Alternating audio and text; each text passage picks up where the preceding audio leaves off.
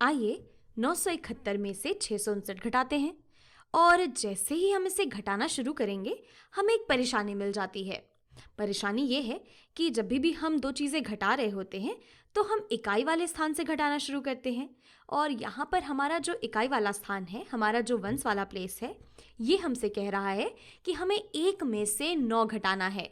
हमें एक छोटी संख्या में से एक बड़ी संख्या घटानी है। तो अब ये कैसे होगा भला? और इसका जवाब हमें फिर से समूह बनाने या फिर रीग्रुपिंग करने में मिलेगा। यानी कि हम किसी और स्थान से अगर कोई मान लेकर अपने इस इकाई वाले स्थान को दे पाएं, तो यहाँ पर घटाना हमारे लिए आसान हो जाएगा। मैं क्या कहना चाहती हूँ, इसे चलिए थोड़ा अच्छे से समझते हैं। और इसके लिए हम शुरुआत करेंगे अपने इन दोनों संख्याओं को यहाँ पर बड़ा करके लिखने में। तो 971 को अगर हम देखें, तो 9 हमारा ये है सैकड़े या फिर 100 के स्थान पर, तो इसे हम लिख सकते हैं 900। ये आ गया 900। फिर इसी तरीके से ये जो 7 है, ये आता है दहाई या फिर टेंस की प्लेस पे, तो ये दरअसल बराबर है 70 के। और इसी तरीके से ये जो 1 है, ये है हमारा इकाई या फिर वंश की प्लेस पे, तो इसे तो हम 1 ही लिखेंगे।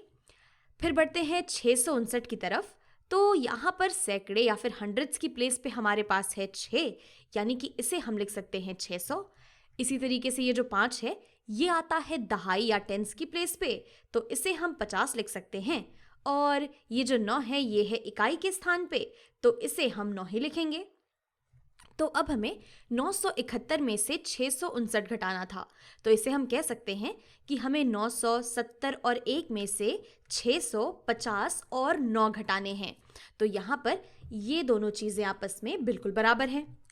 तो अब यहाँ पर फिर से हमें वही बात मिल रही है। अब फिर से हमें यहाँ पर 1 में से 9 घटाना है। तो अब हम ये करें कैसे?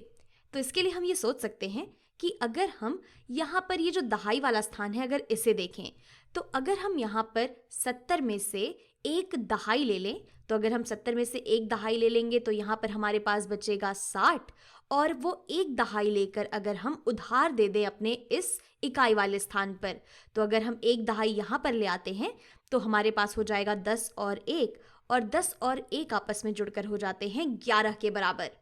तो ध्यान दीजिएगा कि यहाँ पर हम अपनी संख्या का मान नहीं बदल रहे हैं, हम बस इसे दूसरे तरीके से लिख रहे हैं। 971 को हम 900 प्लस 60 प्लस 11 भी लिख सकते हैं। 960 और 11 को जोड़ने पे भी हमें 971 ही मिलता है। तो बात बस इतनी सी है कि हमने बस यहाँ पर लिखने का तरीका बदल दिया है, लेकिन जो हमारा प्रॉब्लम था, जो हमारा सवाल था, वो अभी भी वही है। तो अब हमारे पास है यहाँ पे 11 और 11 में से 9, ये तो घटाना आसान है हमारे लिए। 11 में से 9 जाता है तो हमारे पास बचता है 2। फिर अगर हम अब दहाई वाले स्थान की तरफ बढ़ें, तो हमारे पास यहाँ पर 60 बचा हुआ है। हमने एक दहाई निकाल कर अपने इकाई वाले स्थान को दे दी थी, इसलिए हमारे पास यहाँ पर सिर्फ 6 दहाइयाँ या फिर 60 है। और 60 में से अगर हम 50 घटाते हैं, तो हमारे पास बचता है 10। मैं उसी रंग में लिख लेती हूँ। तो यहाँ पर हमारे पास बचेगा 10। और फिर इसी तरीके से अगर हम अपने अब सैकड़े वाले स्थान को देखें, तो हमारे पास है 900 और इसमें से हमें घटाना है 600।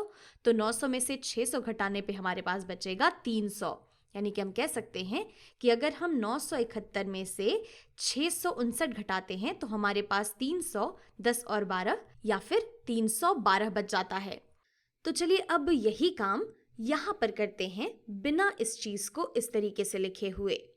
तो अब फिर से हमें वही बात आएगी, हमें यहाँ पर 1 में से 9 को घटाना है।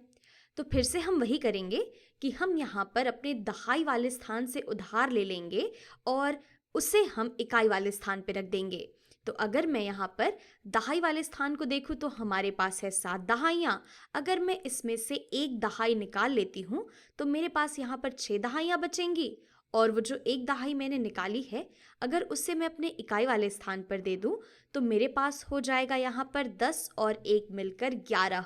एक दहाई बराबर होती है 10 इकाइयों के, तो 10 इकाइयाँ और एक इकाई जुड़कर 11 इकाइयाँ हो जाती हैं।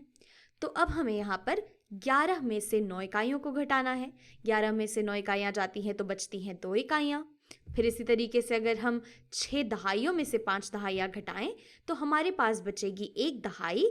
और फिर यहाँ पर हम अगर अपने हंड्रेड्स या फिर सैकड़े वाले स्थान को देखें, तो हमें 9 सैकड़े में से 6 सैकड़े घटाने हैं। तो यहाँ पर हमारे पास बच जाएंगे 3 सैकड़े या फिर 300। हम कह सकते हैं कि 971 - 659 312 के बराबर होता है।